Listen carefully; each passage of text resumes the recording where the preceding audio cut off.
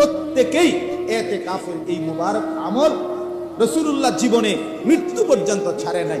নবী 1 বছর 30 দিন ইতিকাফ করছে, নবী শেষ বছর 20 দিন ইতিকাফ করছে। ছাড়ার তো প্রশ্নই আসে না, বরং আরো বেশি করছে। এই জন্য আমরা প্রত্যেকেই ইতিকাফ করার চেষ্টা করব। বলেন ইনশাআল্লাহ, বলেন ইনশাআল্লাহ। বিষয়টাকে গুরুত্ব দিয়ে, বিষয়টাকে প্রত্যেকে জওয়ান ভাই যারা আছেন তারা আল্লাহর ঘর মসজিদে 10টা দিন বসে তসবিহ পড়ে জিকির করে নিজের দোয়া কান্নাকাটি করে দেখেন, হৃদয়ে প্রশান্তি পাবেন এবং জীবন চলার পথে আখিরাতের পথ পাবেন। প্রতি মিনিট, প্রতি সেকেন্ড সবটাই দাম। এর মধ্যেও শেষ দশক তার চাইতেও বেশি দাম। প্রথম 20 দিনের চাইতেও বেশি দামি শেষ দশক। শেষ দশক আলাদা, আরো বেশি গুরুত্বপূর্ণ, আরো বেশি গুরুত্বপূর্ণ। হযরত আয়েশা রাদিয়াল্লাহু তাআলা আনহা আম্মা জান, নবী সাল্লাল্লাহু আলাইহি ওয়াসাল্লামের স্ত্রী, তিনি ইরশাদ করেছেন, রমজান মাসের শেষ দশক যখন আসতো আল্লাহর নবী সাল্লাল্লাহু আলাইহি ওয়াসাল্লাম তখন 3টি কাজ করতেন।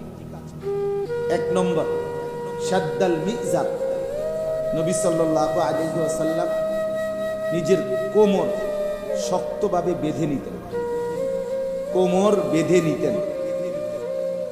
এই একটা কাজ করতেন শেষ দশক। শেষ দশক আগামী রোববার থেকে শুরু হবে।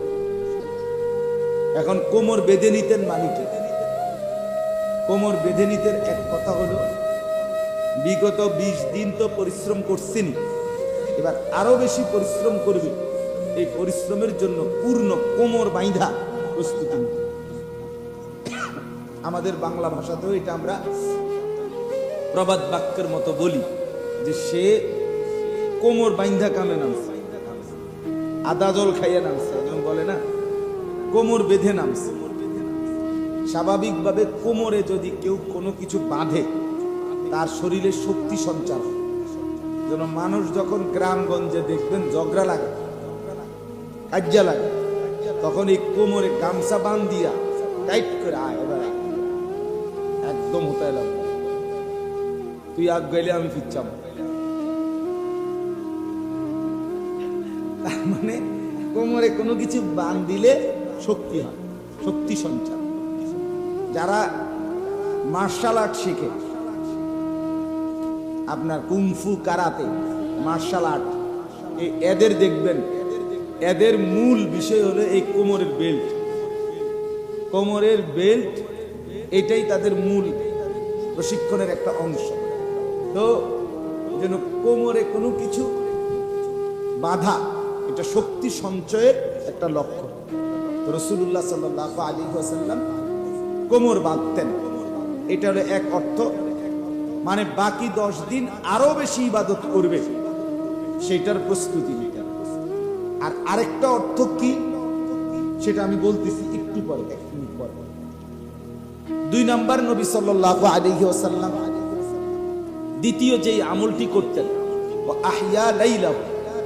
আম্মা জান আয়েশা রাদিয়াল্লাহু তাআলা আনহা বলেন, নবী সাল্লাল্লাহু আলাইহি ওয়াসাল্লাম রমজানের শেষ দশক রাত্রি জাগতেন।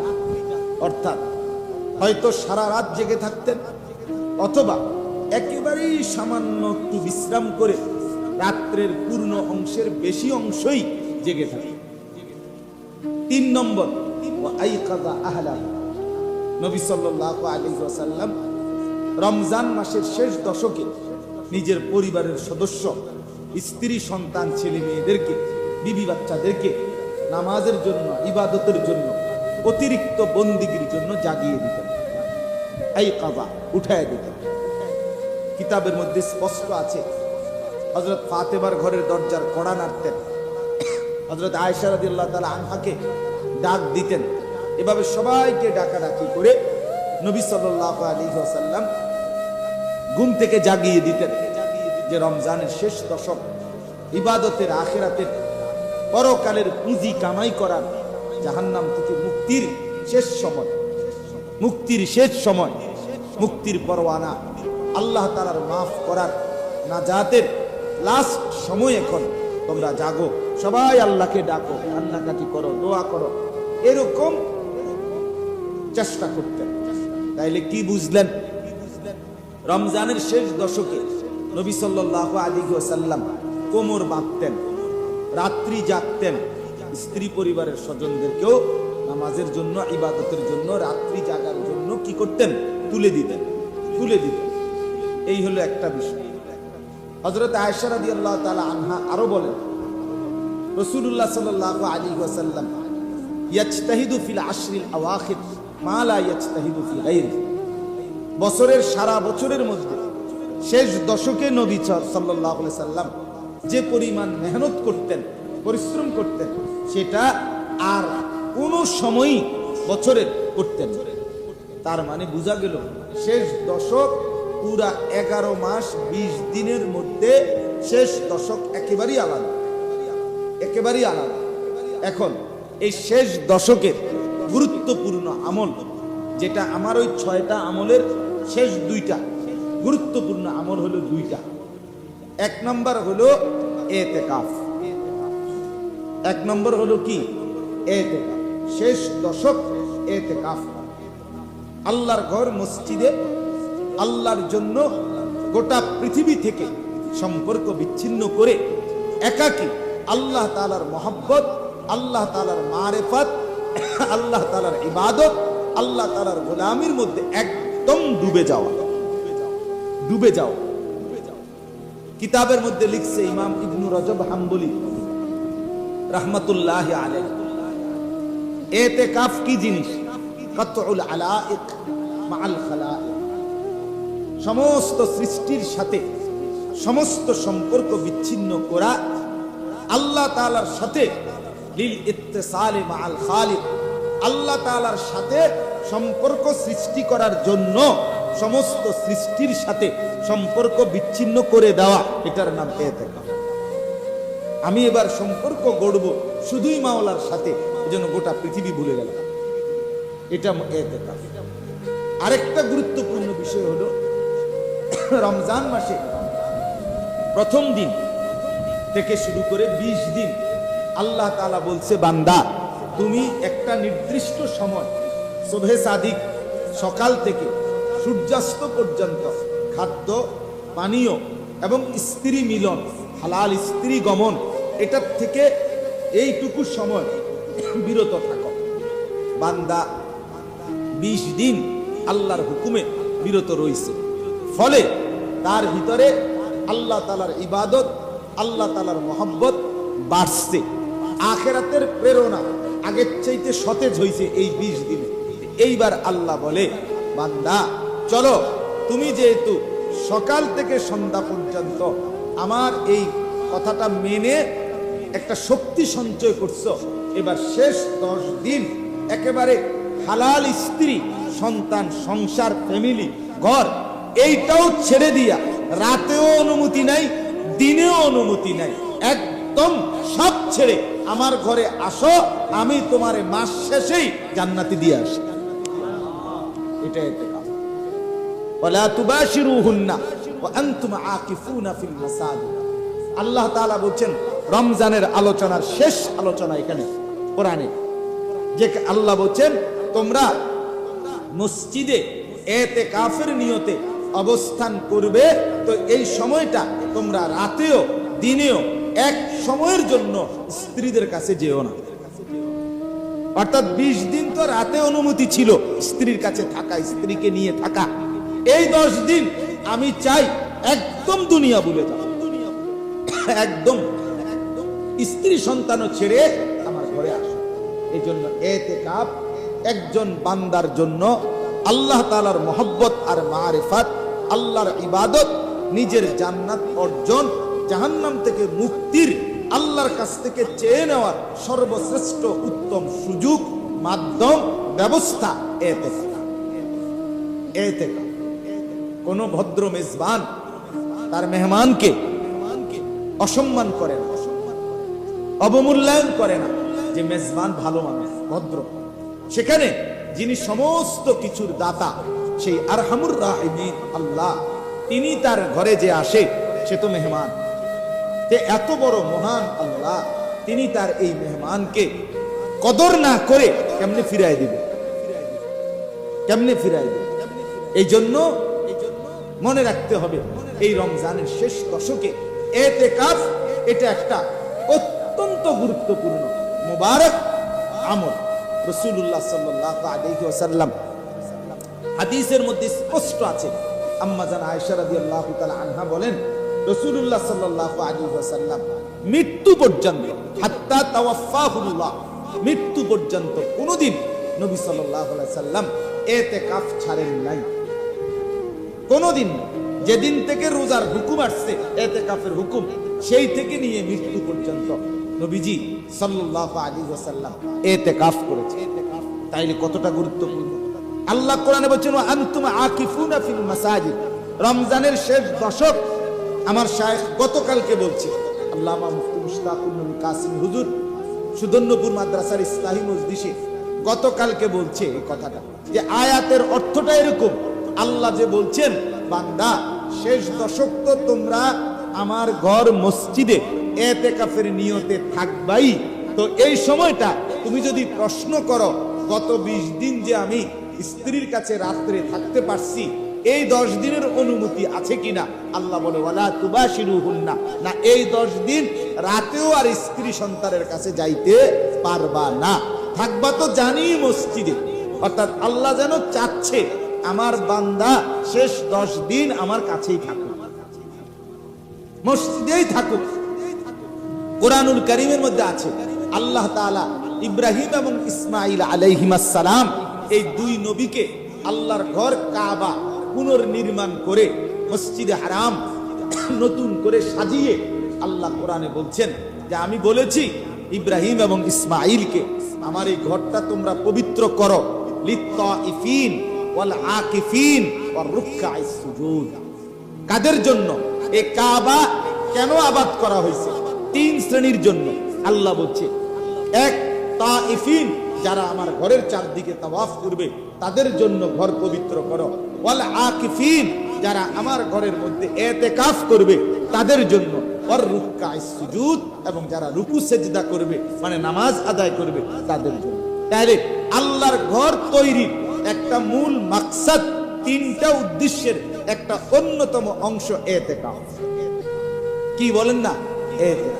অতএব আমি সময় নাই, এই জন্য আপনাদের কাছে বলতে চাই, এখানে যারা আছেন প্রত্যেকের কাছে বিনীত অনুরোধ, ইতিকাফ বুড়া অচল শেষ বয়সের কোন মানুষের আমল নয়, ইতিকাফ ইমানদারের আমল, ইতিকাফ রোজাদারের আমল, ইতিকাফ মুসলমানের আমল, ইতিকাফ রাসূলুল্লাহ সাল্লাল্লাহু আলাইহি সাল্লামের আজীবনের আমল, ইতিকাফ সমস্ত আউলিয়া বুজুর্গ সাহাবায়ে কেরামের আমল, সমস্ত নেক বান্দাদের আমল।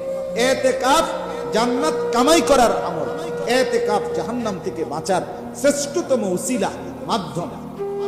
সর্বশেষ আপনি এটাও ভাবেন সাথে সাথে আরেকটা আমল, সেটা কি? সেটা হলো শবে কদরের তালাশ। আল্লাহর নবী সাল্লাল্লাহু আলাইহি ওয়াসাল্লাম বলছেন, তাহাররাউ লাইলাতাল কদর ফিল আশরিল আওয়াখির মিন রমাদান। রমজানের শেষ দশক তোমরা শবে কদর তালাশ করো। শবে কদর কি? এক কথায় শবে কদর রব্বে করিম আল্লাহ নিজে বলছেন 1000 মাসের রাতের চাইতে উত্তম। সুবহানাল্লাহ, 1000 মাসের চাইতে উত্তম। তার মানে 10 দিন 1000 মাসের চাইতে উত্তম। তাহলে এক এক ঘন্টার কেমন দাম, এক এক মিনিটের কি পরিমাণ দাম, এক এক ঘন্টার কি পরিমাণ। 10 দিনে 240 মিনিট, 1 ঘন্টা। তাইলে কালকে হিসাব করে দেখাইছে প্রায় 4 বছর আমল করলে যেই নেকি এক টানা, 1 ঘন্টার দাম তার চাইতে বেশি।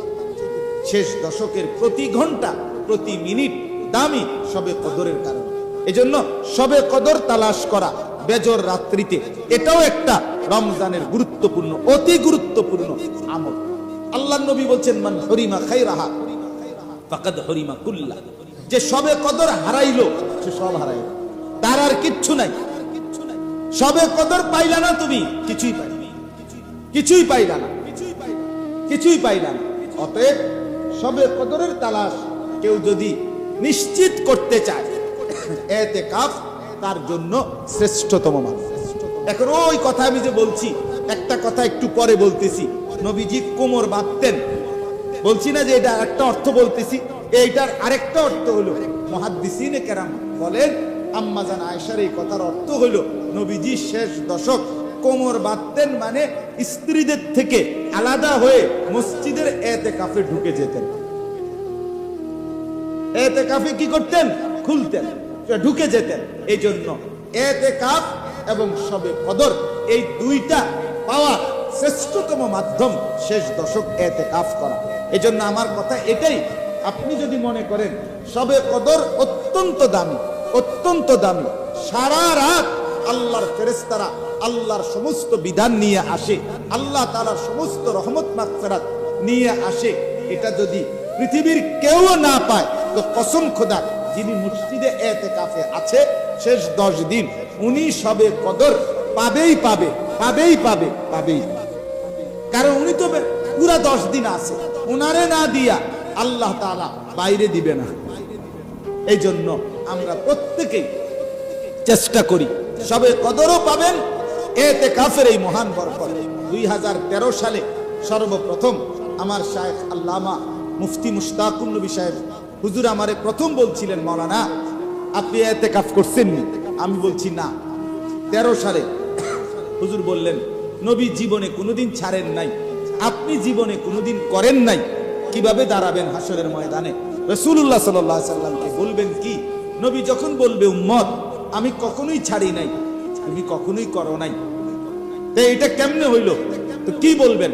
তখন আমি বলছিলাম, হুজুর আমি হাসরের ময়দানে আর বলবো না, এখানেই বললাম আর কোনোদিন ইনশাআল্লাহ মৃত্যু পর্যন্ত শেষ দশকের এতেকাফ ছাড়বো না।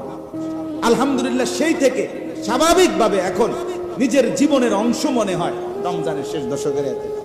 ইনশাআল্লাহ আমরা গত বছরও আলহামদুলিল্লাহ আমার শায়েখের সাথে সুদন্যপুর মাদ্রাসায় আমরা এতেকাফে বসছি 1004 জন এক মসজিদে। এই বছর আশা করি কমপক্ষে 1500 হবে ইনশাআল্লাহ। এতেকাফের সাথে আগামী রবিবার থেকে আমরা বসবো।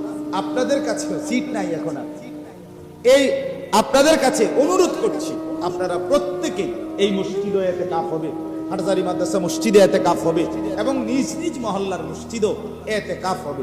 প্রত্যেকেই এতেকাফের এই মুবারক আমল রাসূলুল্লাহ জীবনে মৃত্যু পর্যন্ত ছাড়ে নাই। নবী 1 বছর 30 দিন এতেকাফ করছে, নবী শেষ বছর 20 দিন এতেকাফ করছে, ছাড়ার তো প্রশ্নই আসে না, বরং আরো বেশি করছে। এই জন্য আমরা প্রত্যেকেই এতেকাফ করার চেষ্টা করব। বলেন ইনশাআল্লাহ, বলেন ইনশাআল্লাহ। বিষয়টাকে গুরুত্ব দিয়ে, বিষয়টাকে প্রত্যেকে জওয়ান ভাই যারা আছেন তারা আল্লাহর ঘর মসজিদে 10টা দিন বসে তসবিহ পড়ে জিকির করে নিজের দোয়া কান্নাকাটি করে দেখেন, হৃদয়ে প্রশান্তি পাবেন এবং জীবন চলার পথে আখিরাতের পথ পাবেন। আল্লাহ তাআলা আমাদের প্রত্যেককে তৌফিক দান করেন। আমার ভাই